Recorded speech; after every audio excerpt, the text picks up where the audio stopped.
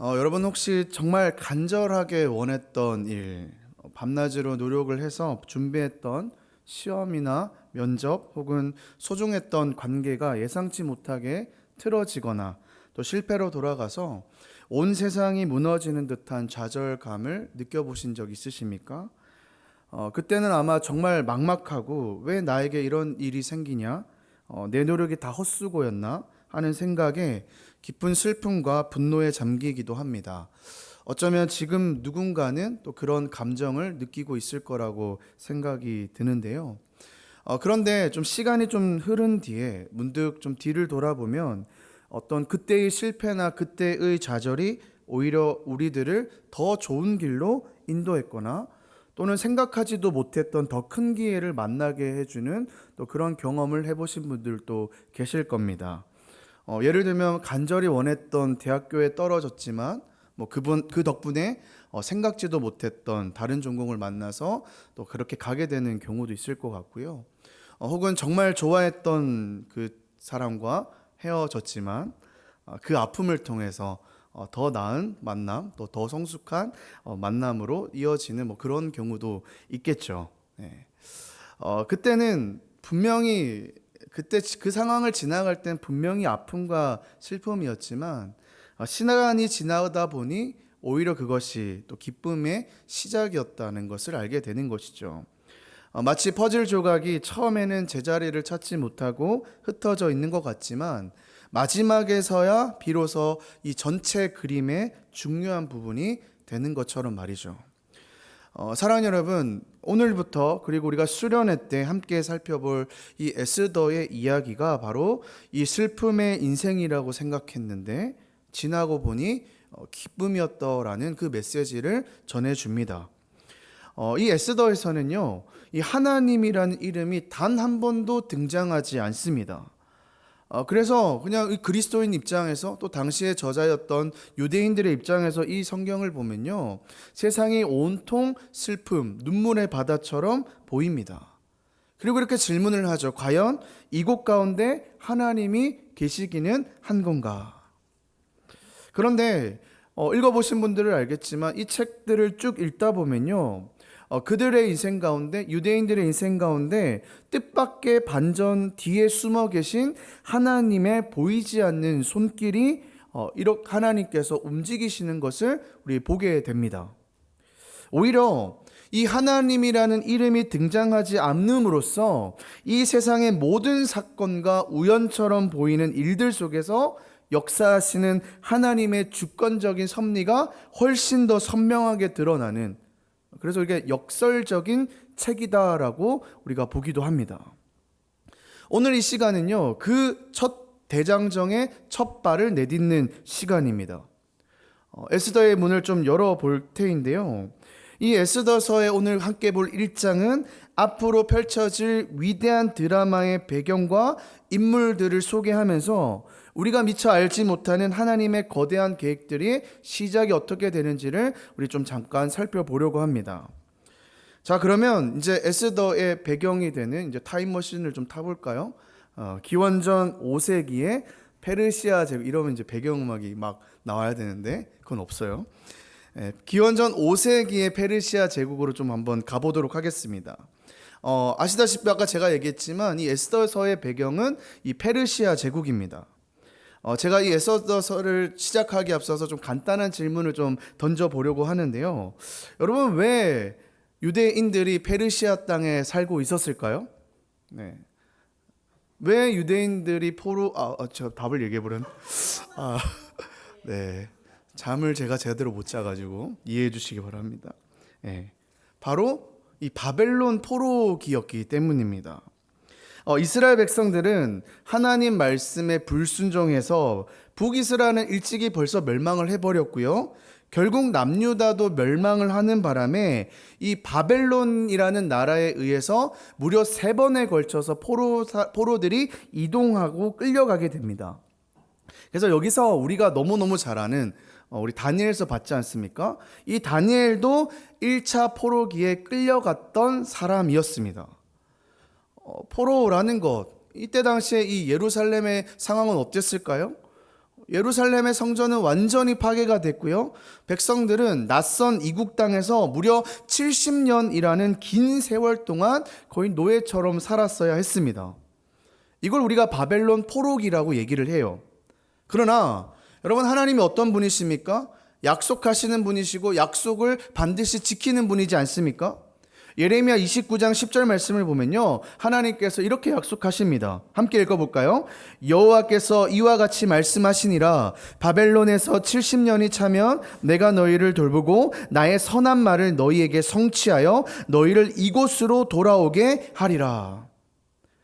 하나님께서는 이렇게 약속을 하셨고요. 약속대로 70년이 찾아 하나님께서는 이 바벨론을 정복한 페르시아의 일대 왕인 고레스 왕의 마음을 감동시켜서 이 유다 백성들이 다시 고향으로 돌아갈 수 있도록 만듭니다. 그래서 이걸 유명한 용어로 고레스 칙령이라고 하거든요. 그래서 지금 갈 때도 3번에 걸쳐서 갔잖아요. 올 때도 3번에 걸쳐서 오게 됩니다. PPT 한번 보여주실까요? 외울 필요는 없습니다. 1차, 2차, 3차 기한인데 1차 기한에는 수룹바벨이라는 사람을 중심으로 기한을 하게 되고요. 2차 때는 에스라라는 사람을 통해서 나중에 한번 또 살펴볼 기회가 있을 것 같은데, 이 에스라도 굉장히 유명한 분이거든요. 에스라를 통해서 2차 기원이 이루어지고 3차 때는 느헤미야를 통해서 이제 이동하는 것을 보게 됩니다. 자, 그러면 여기서 다시 한번 문제를 낼게요. 아까 이 에스더도 이 포로기 시대의 성경책이라고 했지 않습니까? 이걸 사실 찍으셔야 됩니다. 에스더는 어느 시기에 있었을까요? 1차 기한 때, 2차 기한 때, 3차 기한 때 어디 있었을까요? 네. PPT 한번 넘겨주실까요? 네. 야, 오랜만에 이렇게 하면. 네. 1차와 2차 기한 사이에 이 에스더가 위치해 있습니다. 즉, 지금 이 에스더에 등장하는 인물들은요, 어때요? 1차 포로 기한 때 돌아가지 않고 페르시아 땅에 남아있는 사람들이었다는 거예요. 그러면 이 에스더를 읽는 많은 독자들이 또 이런 의문이 들 것 같아요. 왜? 지금 이 고레스라는 사람이 우리는 이제 하나님의 은혜라는 걸 알지만 굉장히 특별한 은혜거든요. 지금 고레스라는 왕이 고향으로 돌아가라고 아무 조건도 없이 그냥 돌아가면 된다라고 했는데 왜 이 사람들은 돌아가지 않고 이 땅에 남아있느냐라는 거예요. 여러분, 왜 그랬을까요? 근데 조금만 생각해 보시면 그 답은 너무 쉽게 나와요. 왜냐하면 사실 이 페르시아 지역에 남아있던 유대인들에게 고향으로 돌아가라는 것은요, 사실 현실적으로는 막대한 손실을 감수해야 하는 일이었다는 거예요. 여러분 생각해 보십시오. 70년이라는 시간이 짧습니까? 긴 시간이지 않습니까? 70년이라는 기간 동안 그들은요, 이 페르시아 땅에서 자신의 터전을 마련하고 삶의 기반을 견고하게 다져왔기 때문에 사실 그들에게는 이 하나님의 백성이라는 정체성을 제외하고서는 귀한은 그들이 이룬 모든 것을 포기하고 돌아가야 되는 정말 큰 결정이었다는 거예요. 게다가 그들이 돌아갔을 때 환영을 받을까요? 환영해 줄 사람도 없어요. 그들이 돌아가면 뭘 해야 됩니까? 완전 지금 예루살렘 성이 완전 파괴됐거든요. 성전이 불타버렸거든요. 참담한 상황의 현실 속에 가야 된다는 거예요. 그러니까 힘들게 돌아간다고 해도 처음부터 나라를 재건해야 되는 막중한 가업만이 기다리고 있었기 때문에 오히려 그냥 페르시아에서 남아가지고 살아가는 게 현실적으로 더 좋았다라는 거예요. 그들에게는 당장에 있던 생계의 문제라든지 편해진 삶의 환경이라든지 그리고 이미 쌓아왔던 이 안정감 같은 이 현실적인 부분들이 하나님을 향한 영적인 결단보다 더 크게 다가왔다라는 거예요. 결국에는 어떻게 해요? 그들은 돌아가지 못하고 믿음보다는 현실을 택하면서 이것이 더 나은 삶이고 가장 현실적인 삶이라는 생각에 그곳에 그냥 안주하며 살았다라는 거예요. 근데 여러분, 그건 이제 그들의 생각이고 믿음의 관점으로 봤을 때, 특별히 이 귀환을 결단했던 그 유대인들의 입장에 봤을 때는 이 사람들이 어떻게 보였을까요? 그들의 입장에서는 이들은요, 어떻게 보면 믿음의 관점에 봤을 때는 아마 신앙적으로는 실패했던 사람이었다. 그들은 안정하고 안정된 삶과 현실적인 현실을 선택하면서 하나님의 약속과 재건의 역사에 스스로를 배제시켰던 사람이다. 하나님의 그 약속을 외면하고 하나님의 부르심을 외면하고 평안함에 영혼을 저당 잡힌 아주 초라하고 안타까운 모습으로 비춰졌을 거예요. 아마 욕했던 유대인들도 분명 있었을 겁니다. 근데 여러분, 놀랍게도요, 이 에스더의 이야기는요, 우리가 이제 앞으로 10장까지 좀 살펴볼 건데, 이 에스더의 감동적인 이야기들은요, 바로 이들을 통해서 펼쳐져 나간다는 거예요. 유대인들 입장에서는 그들의 욕받이 있을지는 모르겠지만 하나님께서는 그들을 통하여서 하나님의 역사를 이방 땅에서 펼쳐 나가신다라는 거예요. 이들이 주인공이에요. 하나님께서는 이 페르시아 땅에 남은 자들, 하나님의 약속과 떨어져 살았던 자들, 하나님의 부르심을 애써 외면하며 살았던 이들을 통해 하나님의 은혜와 긍휼과 놀라운 그 구원의 은혜를 펼쳐 가시더라는 거예요. 저는요, 에스더서를 공부하면서 참 이 부분에 많은 위로가 됐어요. 사랑하는 여러분, 지금 여러분들의 삶이 하나님의 약속과 멀어져 있다고 생각하십니까?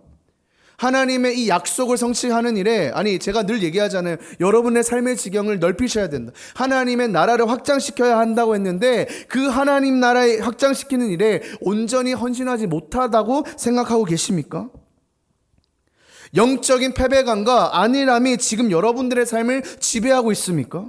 혹시 단지 현실적인 것에 타협하면서 안주하면서 그냥 이것이 좋사오니 하나님 저를 좀 냅두십시오라고 하고 살아가고 있지는 않습니까? 우리가 사실 찔려 있잖아요. 특히 이 수련회 앞두고 나는 이 믿음의 생활을 좀 실패한 게 아닌가? 좀 잘 살고 있는 건가? 그러나 오늘 이 에스더서는요, 바로 그렇게 살아가는 우리들에게, 그렇게 생각하면서 늘 하나님 앞에 뭔가 좀 부족해 보이고 죄송하고 그러한 우리들에게 네가 주인공이야. 나는 지금 저 믿음 좋은 저런 사람이 아니라 그런 사람도 쓰시죠.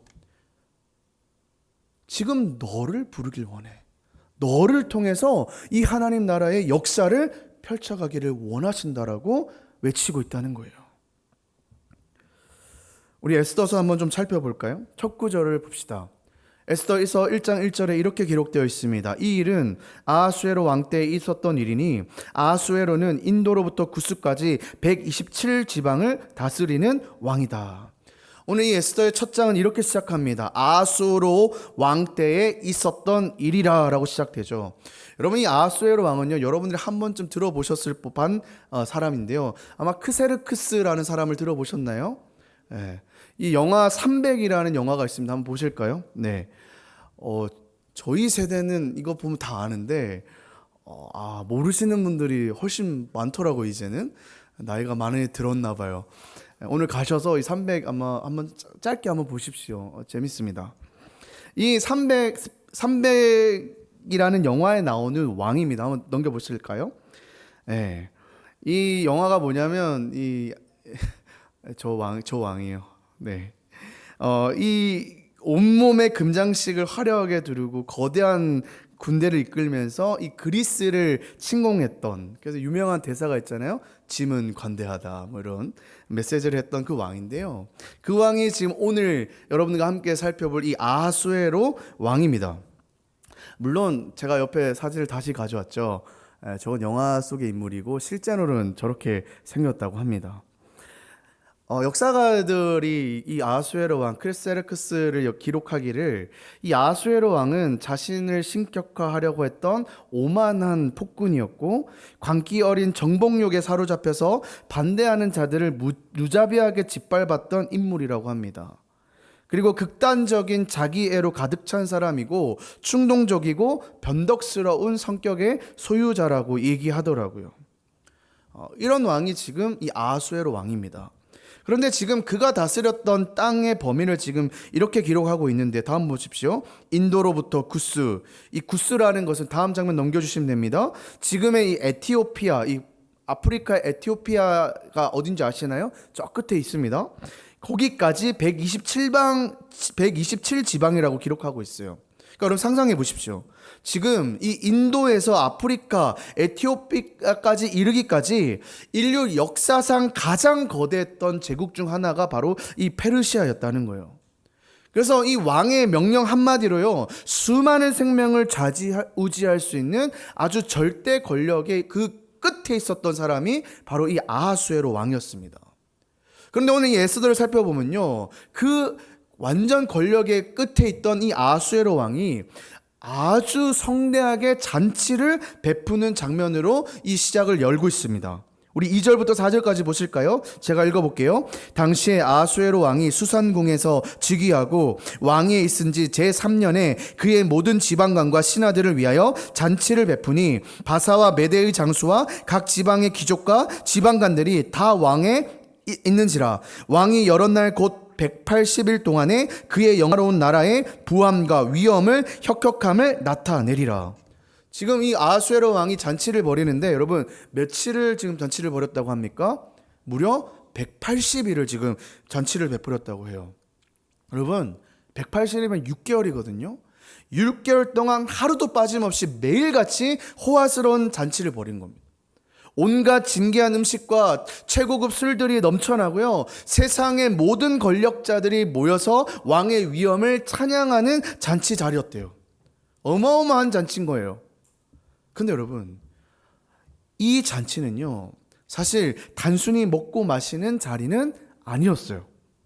겉으로는 굉장히 화려한 잔치처럼 보이지만요, 그 이면에는 이 아하수에로 왕의 깊은 야망과 특별히 아까 보았지만 이 그리스를 정복하기 위한 전쟁에 대한 광적인 욕망이 숨겨진 잔치였다는 거예요. 물론 이 아하수에로 왕이 그런 마음을 품었던 데는 분명한 이유가 있습니다. 왜냐하면 바로 자신의 아버지였던 다리우스 1세라는 사람 때문이요. 이 다리우스 1세가 아버지가요 이미 한번 이 그리스와 전쟁을 했거든요. 이 전쟁도 여러분 아세요. 마라톤 전쟁 들어보셨어요? 이 마라톤으로 유명한 전쟁이 실제로 다 역사 속에 있었던 사건들입니다. 이 마라톤 전쟁에서 당연히 이길 줄 알았는데 져버려요. 그리고 이 그리스 원정 중에 그냥 죽어버립니다. 그러니까 이 아들의 입장은 어떨까요? 이 마음에 뭐가 들까요? 이 복수심에 가득 차지 않았을까요? 내가 아버지 때 못했던 거를 내가 이루겠다. 그러니까 지금 이 아하수에로 왕의 마음엔요 지금 목적이 딱 하나인 겁니다. 내가 다시 이 나라를 일으켜서 전쟁을 벌여서 저 그리스를 정복해야겠다. 완전히 이 전쟁에 대한 야망으로 불타 있었던 거예요.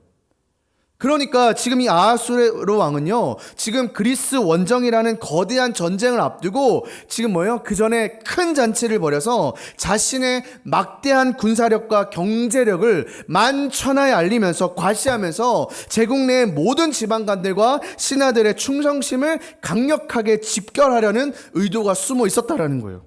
보라, 이 모든 것이 나의 힘이다. 이 정도의 부와 권력이면 되지 않겠느냐. 그러니까 일종의 전쟁 출정식과 같은 잔치였다는 거예요. 그래서 학자들에 따르면요 그냥 잔치만 한 것이 아니라 사실은 오전에는 지방관들을 불러서 이 전쟁에 대한 회의를 하고요, 또 집결을 한번 하고요, 그리고 오후에는 그 사람들과 잔치를 벌이고. 그러니까 너무 사람 220 엄청나게 많은 지방관들이었잖아요. 하루에 다 집결할 수 없기 때문에 매일같이 조금씩 불러서 그런 일을 벌였다라고 기록을 하고 있더라고요. 그러니까 여러분 이 잔치는요 그냥 아무 생각 없이 봤을 때는 이 아하수에로 왕이 이렇게 평화의 나라처럼 잔치도 벌이고 아주 풍족한 나라를 보여주는구나라고 생각하지만 여러분 평화의 상징이 아니죠. 뭐예요? 더 큰 전쟁을 벌이기 위한 수단이었다는 거예요.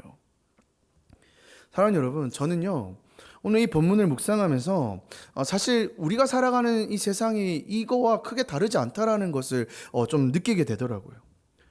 세상은요 끊임없이 우리에게 화려하고 거대한 잔치를 벌여서 유혹을 합니다. SNS 속에 타인의 완벽한 삶을 통해서 보는 그 삶, 또 성공과 명예와 부와 쾌락의 유혹은요 우리를 늘 현혹합니다. 그래서 뭐라고 합니까? 이것만 있으면 행복할 거야, 저 자리에 가면은 모든 문제가 해결될 거야 라고 속삭이죠.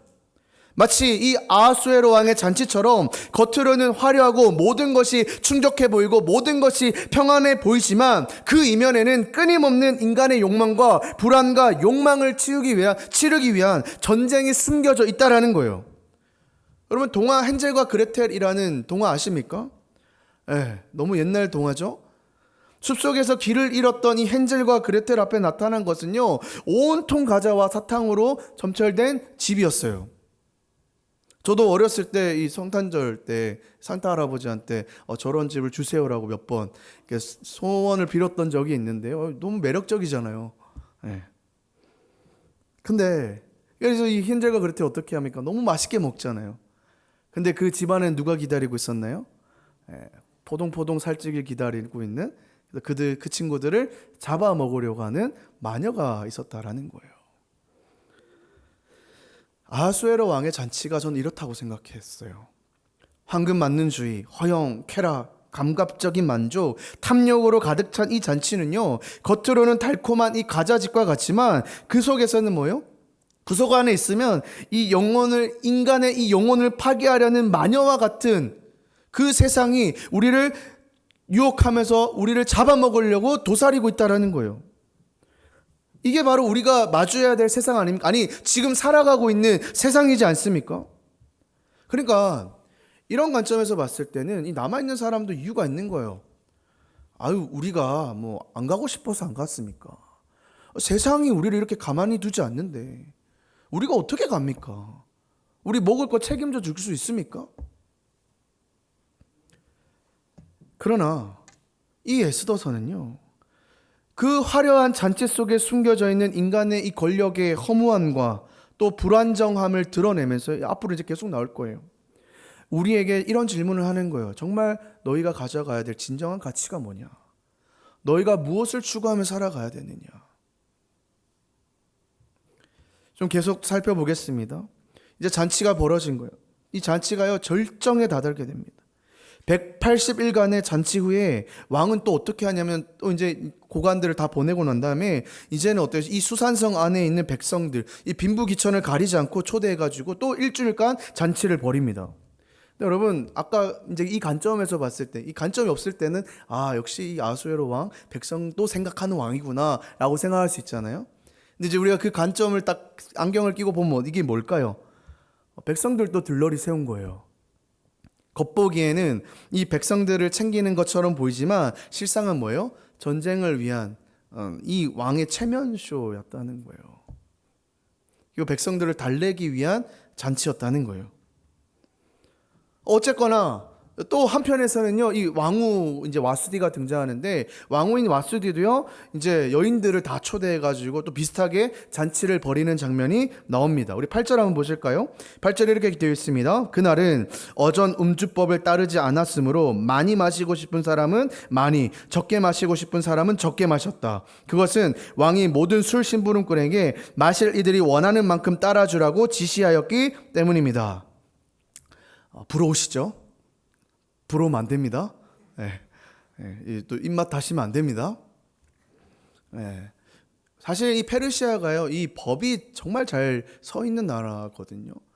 왜냐하면 이 이방 나라, 이 정복했던 나라들이 많기 때문에 법이 제대로 안 써져 있으면 이 나라를 관리하기가 어렵습니다. 그러니까 심지어는 사실은 음주법도 있었던 거예요. 근데 지금 오늘은 뭐예요? 오늘만큼은, 이 잔치만큼은 그 음주법에 대한 제한법이 없다라고 지금 얘기하는 거예요. 그러니까 많은 사람들이 아마 엄청 술을 마시면서 술에 이제 진탕 취해져 있었을 겁니다. 문제는 이 아하수에로 왕도 이제 거하게 취하였다라는 거예요. 뭐 마셔보신 분들은 알겠지만 뭐 아무도 없을 거라서 생각하지만 이 술이 이제 딱 들어가면 어떻습니까? 좀 이게 붕 떠 있는, 저는 그런 경험은 없어요. 드라마를 바탕으로 붕 떠 있는 느낌, 그죠? 뭔가 왕이 된 느낌, 뭐든 다 할 수 있는 느낌. 근데 이 아하수에로는 이미 왕이잖아요. 왕보다 왕은 뭐죠? 뭐 상상할 수 없는 그 기분이지 않겠어요? 근데 이 자신의 가지고 있던 이 성격들이 이제 극대화되는 거예요. 오만함, 자만함, 교만함이 막 크게 다르고요. 평소에도 안 그래도 즉흥적이고 감정적인데 더했겠죠. 그러다 보니 여기서 문제가 발생하는 겁니다.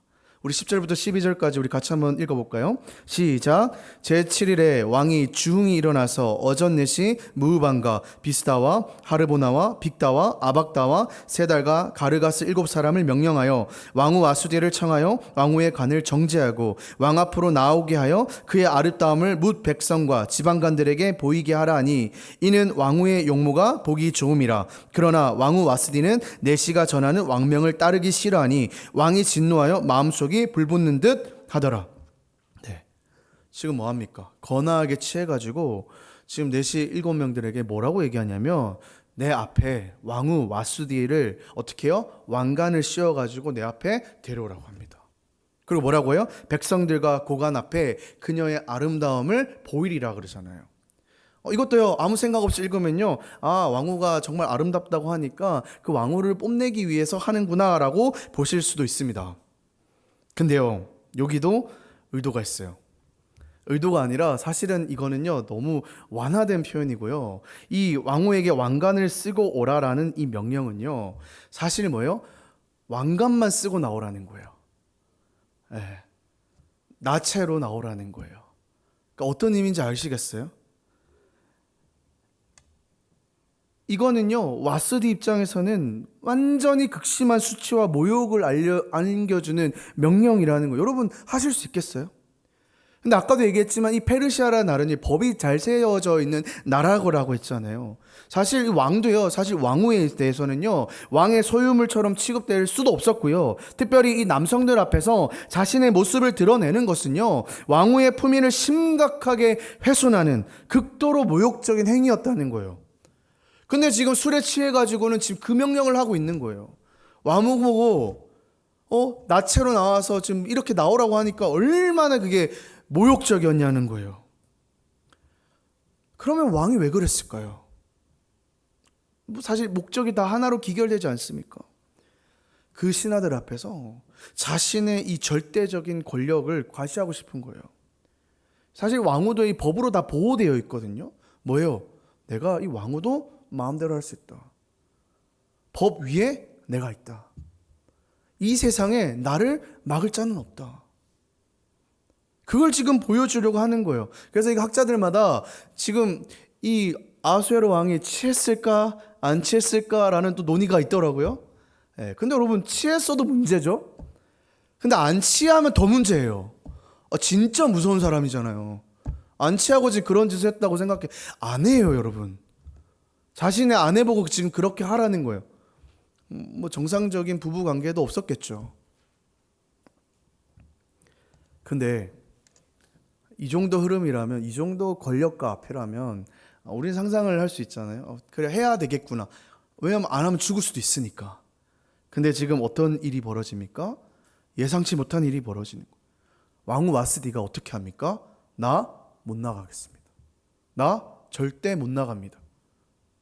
그런 일은 있을 수 없습니다. 가지 않겠습니다. 절대 권력을 가진 이 왕의 명령을, 그리고 수많은 고관들, 백성들 앞에서 이 왕후가 거절하는 겁니다.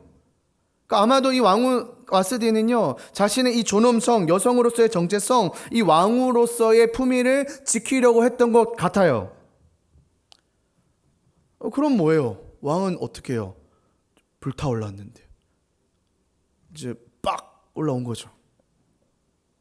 그의 오만하고 충동적인 성격에 기름을 붓게 됩니다. 왕의 자존심은 산산조각이 났고 분노가 활활 타올라 버려요. 이 화려했던 잔치 속에 완전한 금이 그어지는, 분열이 일어나는, 균열이 일어나게 됩니다. 사랑하는 여러분, 여기까지 이 사건들을 우리가 쭉 보면요, 여러분 이 보면서 무슨 느낌이 드십니까? 오만한 왕의 폭주, 성대한 이 잔치 속에 그 허무함, 전쟁에 대한 욕망, 또 한 여인의 남편을 향한 이 저항, 뭐 솔직히 저항이 아니라 어떻게 보면 부부싸움 같은 그런 느낌이지 않습니까? 거의 뭐 인간의 욕망과 충동으로 가득 차 보입니다. 그러면 이거를 읽고 있는 이 독자들은 이런 의문이 들 것 같아요. 특히 이 에스더서는 1차 독자가 유대인들이잖아요. 왜 에스더서는 이런 얘기로 시작을 하는 걸까? 분명히 유대인들이 먼저 이 책을 볼 텐데 혹시 이 포로의 기한에 동참하지 않은 이들을 향한 조롱인가? 이런 세상에 살지 못하니까 그들 보고 빨리 다시 복귀하라는 말인가? 그러면서 또 드는 생각이 어떻게 하나님이 나오지 않는 것이지? 마치 이 하나님이 부재하신 것처럼 느껴지는 이 혼란과 혼돈 속에서 너네들이 무엇을 할 수 있느냐? 그냥 포기하고 살던지 이 땅을 벗어나라고 하는 건가? 근데 여러분, 이 에스더서는요, 바로 그 혼돈 가운데서 이제 하나님의 섭리하심과 그 계시하심을 보여준다는 거예요. 지금부터 이제 하나님께서 어떻게 이 모든 사건을 통해 하나님의 뜻을 이루어가는지를 우리가 맛보기를 좀 살펴보려고 하는데요. 다음 본문을 좀 이제 죄송합니다. 오늘은 조금 길어요. 네, 그렇지만 그렇게 길지도 않아요. 네, 무슨 말이죠? 네, 이제 다 와갑니다. 계속해서 좀 볼까요? 왕이 지금 화가 났죠? 그래서 성경 보시면 마음에 분노가 불같이 치밀어 올랐다라고 지금 기록되어 있어요. 뭐 술에 취했으니까 화나면 더 격해져 있겠죠. 근데요, 이제 여기서 이 왕이 조금만 좀 건의를 세웠으면 좋겠는데 속된 말로 찌질한 모습을 보여줍니다. 이제 화가 났잖아요. 그러면 여러분 같았으면 어땠을 것 같아요? 사실 저 같았으면 거절을 당했는데 사실 좀 그렇잖아요. 그럼 조용히 넘어갔을 것 같거든요. 아무 일도 없었던 것처럼. 근데 지금 뭐라고 합니까? 이거를요, 신하들을 불러요. 또 법률에 정통한 자들을 불려요. 그래서 뭐라고 하면 이거 어떻게 해야 되는? 이거를 어떻게 처리하면 되겠냐라고. 쪽팔려서라도 그냥 조용히 넘어갈 법한데 이 왕들은 사실 신하들 앞에 지금 이미 망신을 당했지 않습니까? 이것도 사실은 아까도 얘기했지만 전쟁의 목적이 있기 때문에 지금 전쟁을 치러야 되는데 지금 이런 소문이 이 나라에 돈다고 생각해 보십시오. 왕의 건의를 세우려고 잔치를 지금 벌였는데 이 건의가 완전히 아내 한 명 때문에 이 아수에로 입장해서 얘기하는 겁니다. 제 입장 아닙니다. 네, 이 아내 한 명 때문에, 이 여자 한 명 때문에 좀 과격하게 얘기할게요. 이 여자 때문에 지금 이 모든 계획들이 자칫 잘못하다가 물거품으로 돌아갈 수 있단 말이에요. 그래가지고 오히려 일을 더 키워버리는 거예요. 근데 더 놀라운 건 뭔지 알아요? 이 신하들이 그 문제에 대해서 너무너무 진지하게 받아들인다는 거예요. 물론 여기도요 또 이유가 있어요. 이게 이 작은 교회 문제가 아니라 이제 커다란 제국의 문제잖아요. 이게 정치적인 문제가 너무 많이 섞여 있어요. 이 신하 중에 무무간이라는 신하가 있는데 뭐라고 하는지 16절 한번 봅시다. 16절 제가 세 번을 가져왔어요. 이렇게 돼요. 무무간이 왕과 대신들 앞에 대답하였다. 와스디 왕은 임금께만 잘못을 저지른 것이 아니라 아수에로 왕께서 다스리시는 각 지방에 있는 모든 신하와 백성에게도 잘못을 저질렀습니다. 이게 확대되는 게 보이시나요? 완전 코미디 아니에요 이거? 근데 여기도요 진짜 흥미로운 사실이 하나 있는데 사실 이때 당시에 아수에로 왕의 왕권을 위협하는 사람들이 굉장히 많았다고 해요. 실제로 이제 우리 다음에 가서 볼 텐데 2장에 가면요 왕을 암살하려는 음모도 일어나요. 그러니까 사실 우리 잠깐 이제 아수에로 왕을 좀 봤지만 사실 이런 왕을 누가 진정으로 많이 따랐겠습니까? 사실 죽을까봐 죽음이 두려워서 복종하는 사람들이 훨씬 더 많았을 겁니다. 근데 이 무무간이라는 신하가 왜 이런 행동을 했을까요? 겉으로는 왕을 챙기는 척, 왕을 위하는 척 하면서 지금 무무간도 자신의 이 정치적인 머리 돌리는 거예요. 왕권을 견제하는 거예요. 왜냐하면 이 신하들 중에 그 왕권을 견제하는 사람이 많았기 때문에 어떻게 하면 저 흠을 찾을 수 있을까 그러거든요. 그러니까 왕을 위하는 척 하면서 뭐래요? 지금 이 왕후를 끌어내리려는 지금 계책을 꾸민 거예요. 그러니까 왕후를 폐위시키면 또 다른 왕후를 세워야 되니까 그 자리에 또 들어갈 또 입김을 발휘할 수 있는 기회가 생기는 거잖아요. 그러니까 이게 참 정치가 복잡한 것 같아요.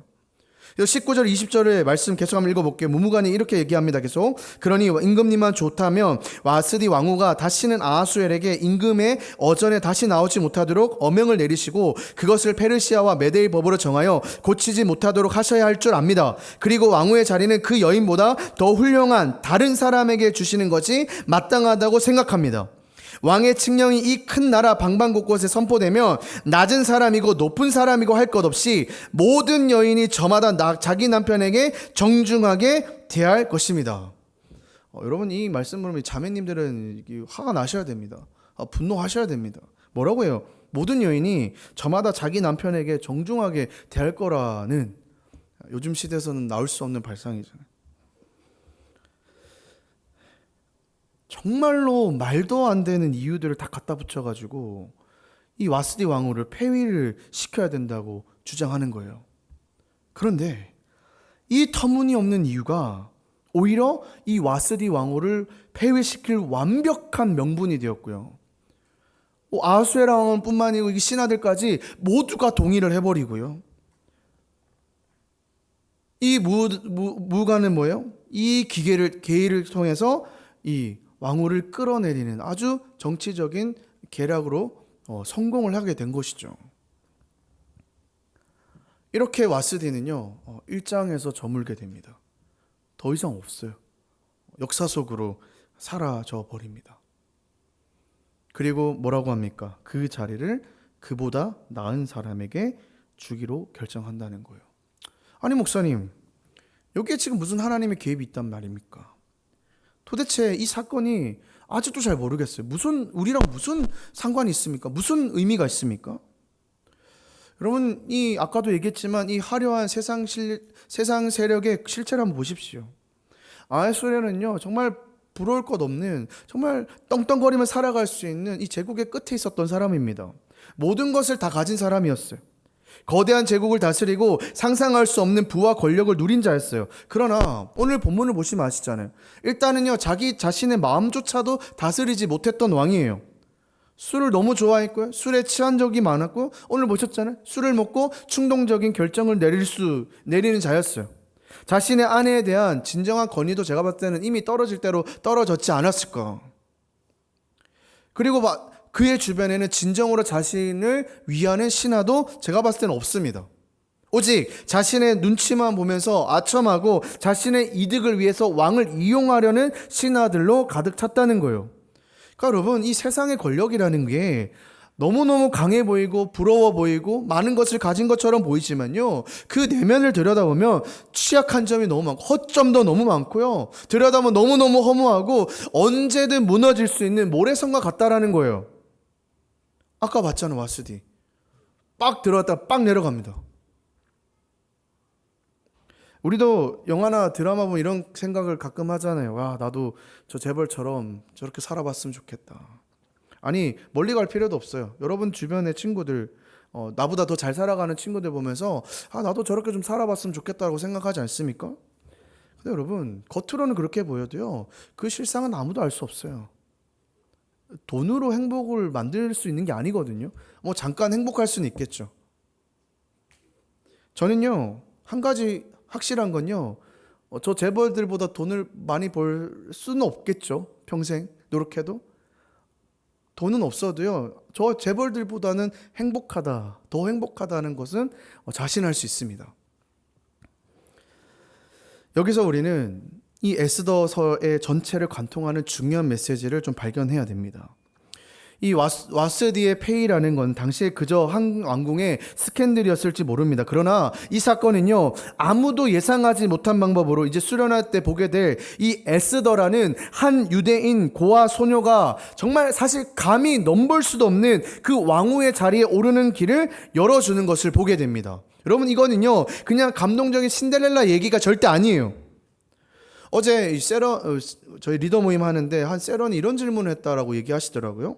아니, 페르시아면 당대 제일 큰 왕국인데 이 왕후 와스디를 폐위시키는 것도 막 법률가들 불러가지고 결정하는 그런 문제인데, 이제 2장 보면 이제 진짜 에스더가 왕후가 되거든요. 이렇게 쉽게 함부로 법도 없이 왕후를 뽑을 수 있느냐라는 질문을 하더라고요. 너무 좋은 질문입니다. 에스더 아무나 맞거든요. 페르시아 입장을 봤을 때는 에스더 그저 그런 사람이거든요.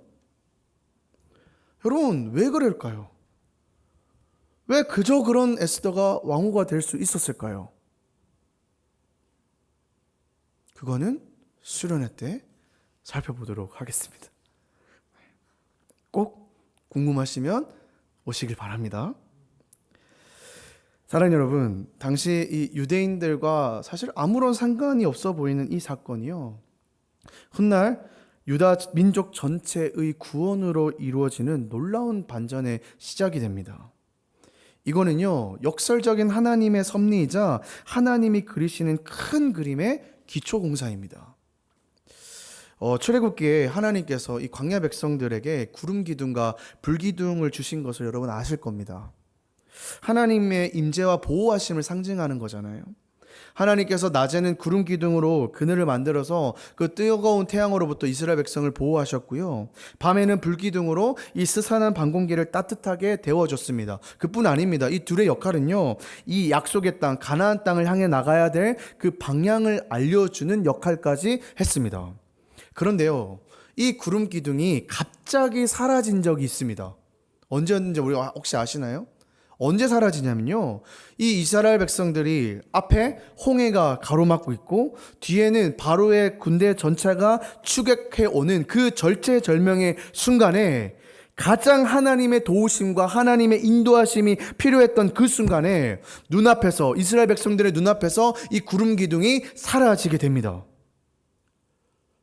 눈으로 확인할 수 있고 볼 수 있었던 그 하나님의 임재와 하나님의 상징이 정말 위험한 순간에, 하나님이 필요한 그 순간에 사라져 버립니다. 아마 그 이스라엘 백성들이 굉장히 혼란스러웠을 거예요. 어떻게 이렇게 갑자기 사라지지? 하나님이 우리를 포기하신 건가? 그러나 여러분, 그거는요, 사라진 게 아니었어요.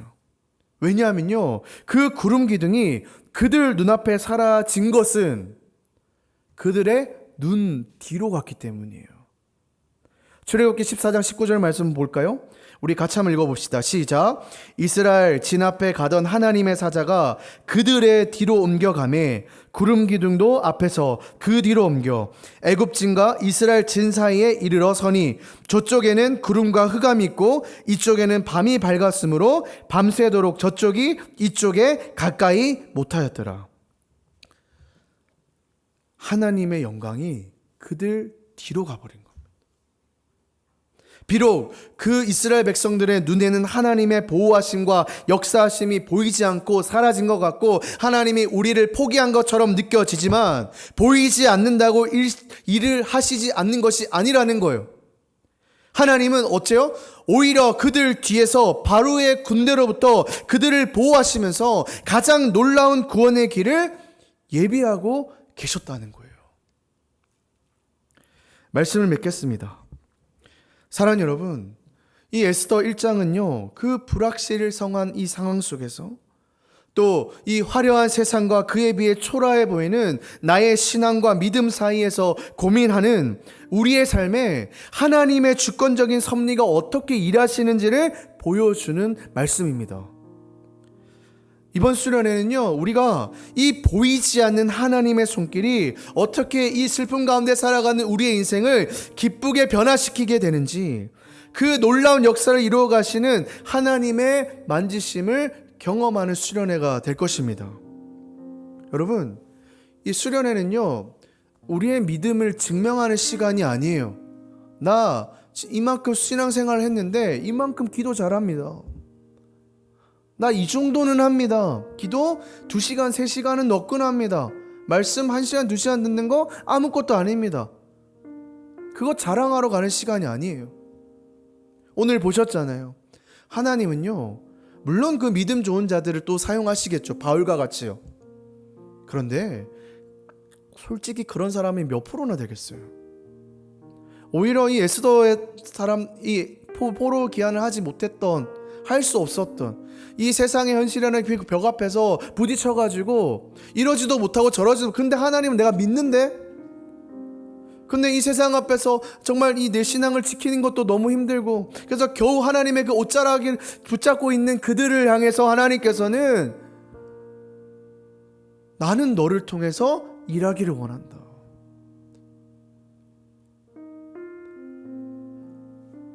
그런 자들을 통해서 나는 하나님의 나의 이 역사를 펼쳐가길 원한다는 거예요.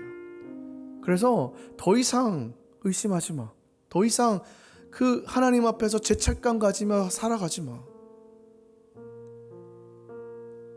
그런 우리들을 이번 수련회 때 초대하시는 겁니다.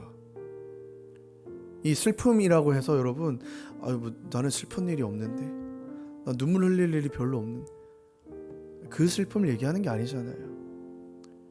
이 세상은요, 이미 깨어질 대로 깨어졌기 때문에 우리 그리스도인들은 슬픔에 살아갈 수밖에 없어요.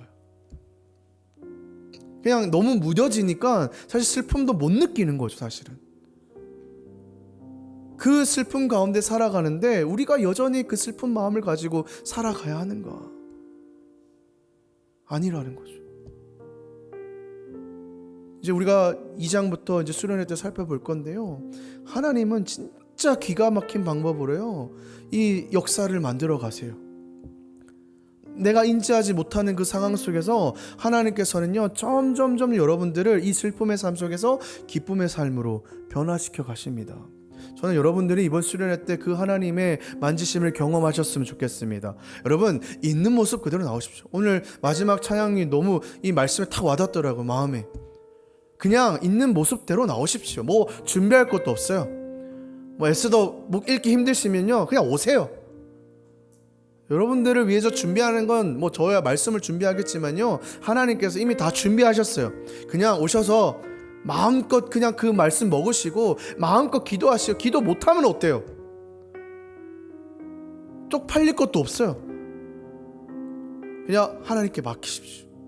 그래서 하나님이 정말 나를 사랑하시는, 나를 통해서 정말 그 미비한 그 나의 삶을 통해서도 하나님이 받기를 원하시는구나, 그 깨닫고 돌아가시면 됩니다. 여러분 기대하시고요, 좀 사모해 주셨으면 좋겠고요. 정말 주님, 딴 거 기도하지 마십시오. 주님, 이번 수련을 통해서 저의 이 슬픈 삶이 기쁨의 삶을 변화되기 원합니다. 그 마음을 가지고 우리 수련회 때 저와 같이 함께 마음껏 누리는 그런 수련 되기를 소망합니다.